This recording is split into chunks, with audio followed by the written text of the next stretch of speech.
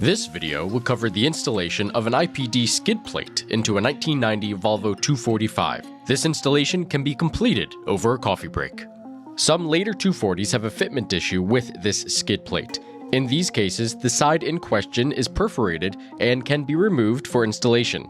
I did not have to do this on my 240. Though not required, I added rubber tape to all points where the skid plate would come in contact with the chassis so as to prevent any potential vibrations or additional noise. Start by sliding the plate into the front pair of tabs and loosely secure at the front with a pair of screws at each corner. Next, locate the 3 mounting points on the back and secure with screws.